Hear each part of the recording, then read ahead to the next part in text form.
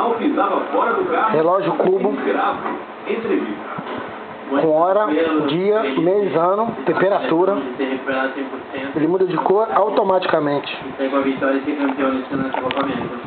20 jogadores se apresentaram hoje. Então são 4 baterias palito, os controles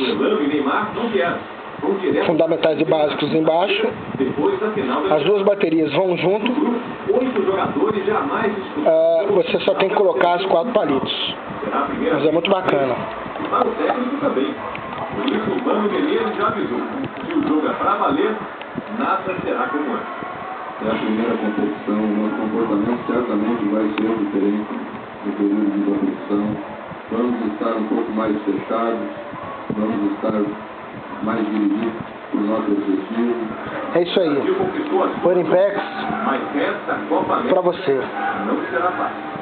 A Argentina é anfitriã. Tem jogador.